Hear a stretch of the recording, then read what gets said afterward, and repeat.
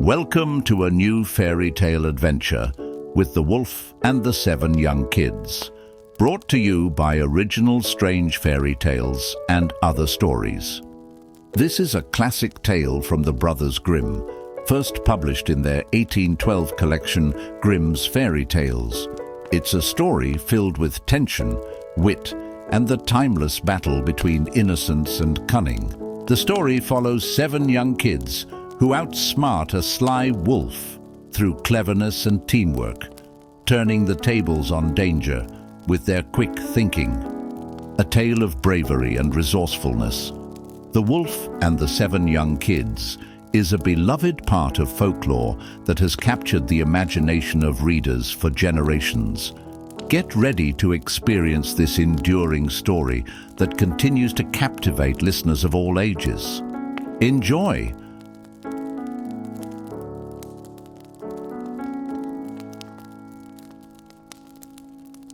There was once an old goat who had 7 little ones and was as fond of them as ever mother was of her children.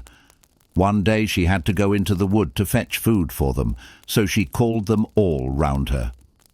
"Dear children," said she, "I am going out into the wood, and while I am gone, be on your guard against the wolf, for if he were once to get inside, he would eat you up, skin, bones, and all. The wretch often disguises himself, but he may always be known by his hoarse voice and black paws." "Dear mother," answered the kids, "you needn't be afraid. We will take good care of ourselves." And the mother bleated goodbye and went on her way with an easy mind. It was not long before someone came knocking at the house door and crying out, "Open the door, my dear children. Your mother is come back and has brought each of you something." But the little kids knew it was the wolf by the hoarse voice. "We will not open the door," cried they. "You are not our mother. She has a delicate and sweet voice, and your voice is hoarse. You must be the wolf."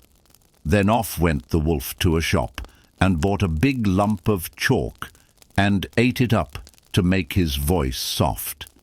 And then he came back, knocked at the house door and cried, "Open the door, my dear children. Your mother is here and has brought each of you something." But the wolf had put up his black paws against the window, and the kids, seeing this, cried out, "We will not open the door. Our mother has no black paws like you. You must be the wolf." The wolf then ran to a baker. "Baker," said he, "I am hurt in the foot. Pray spread some dough over the place." And when the baker had plastered his feet, he ran to the miller. "Miller," said he, "strew me some white meal over my paws." But the miller refused, thinking the wolf must be meaning harm to someone. "If you don't do it," cried the wolf, "I'll eat you up." And the miller was afraid and did as he was told. And that just shows what men are. And now came the rogue, the third time, to the door, and knocked.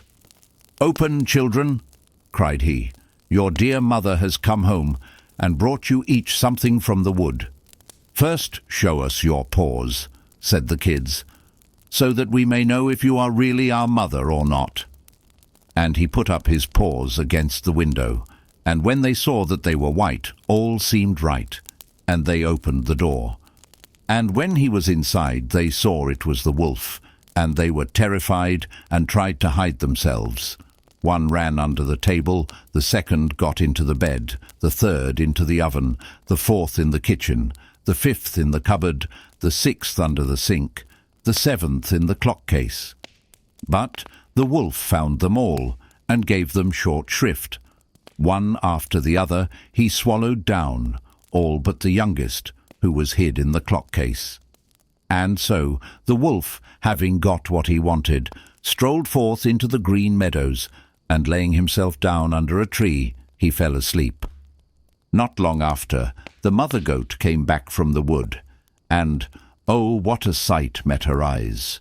The door was standing wide open, table, chairs, and stools, all thrown about, dishes broken, quilt and pillows torn off the bed. She sought her children. They were nowhere to be found. She called to each of them by name, but nobody answered, until she came to the name of the youngest. "Here I am, mother," a little voice cried. "Here, in the clock case." And so she helped him out, and heard how the wolf had come, and eaten all the rest. And you may think how she cried for the loss of her dear children. At last, in her grief, she wandered out of doors, and the youngest kid with her. And when they came into the meadow, there they saw the wolf lying under a tree, and snoring so that the branches shook. The mother goat looked at him carefully on all sides, and she noticed how something inside his body was moving and struggling. "Dear me," thought she, "can it be that my poor children that he devoured for his evening meal are still alive?" And she sent the little kid back to the house for a pair of shears and needle and thread. Then she cut the wolf's body open, and no sooner had she made one snip than out came the head of one of the kids, and then another snip, and then, one after the other, the 6 little kids all jumped out alive and well, for in his greediness the rogue had swallowed them down whole. How delightful this was! So they comforted their dear mother and hopped about like tailors at a wedding. "Now, fetch some good hard stones," said the mother, "and we will fill his body with them as he lies asleep." And so they fetched some in all haste and put them inside him, and the mother sewed him up so quickly again that he was none the wiser. When the wolf at last awoke and got up, the stones inside him made him feel very thirsty, and as he was going to the brook to drink, they struck and rattled one against another. And so he cried out, "What is this I feel inside me? Knocking hard against my bones. How should such a thing betide me? They were kids, and now they're stones." So he came to the brook, and stooped to drink, but the heavy stones weighed him down, so he fell over into the water, and was drowned. And when the 7 little kids saw it, they came up running.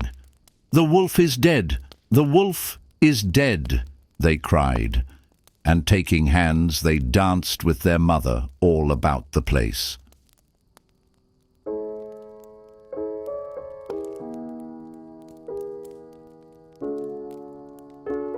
Thank you for joining me for The Wolf and the 7 Young Kids. I hope you enjoyed this timeless tale of wit, courage, and teamwork. It's always a pleasure to revisit these classic stories that have been passed down through generations. A special thank you to the fairy tale enthusiasts, members of the channel. Your support helps bring these wonderful stories to life, and as a thank you, you can download the images from this story in stunning 4K resolution and enjoy exclusive perks. If you'd like to join our growing community, simply click the Join button below. Don't forget to subscribe and stay tuned for more enchanting tales from the world of fairy tales and folklore. Until next time, may your days be filled with magic and adventure.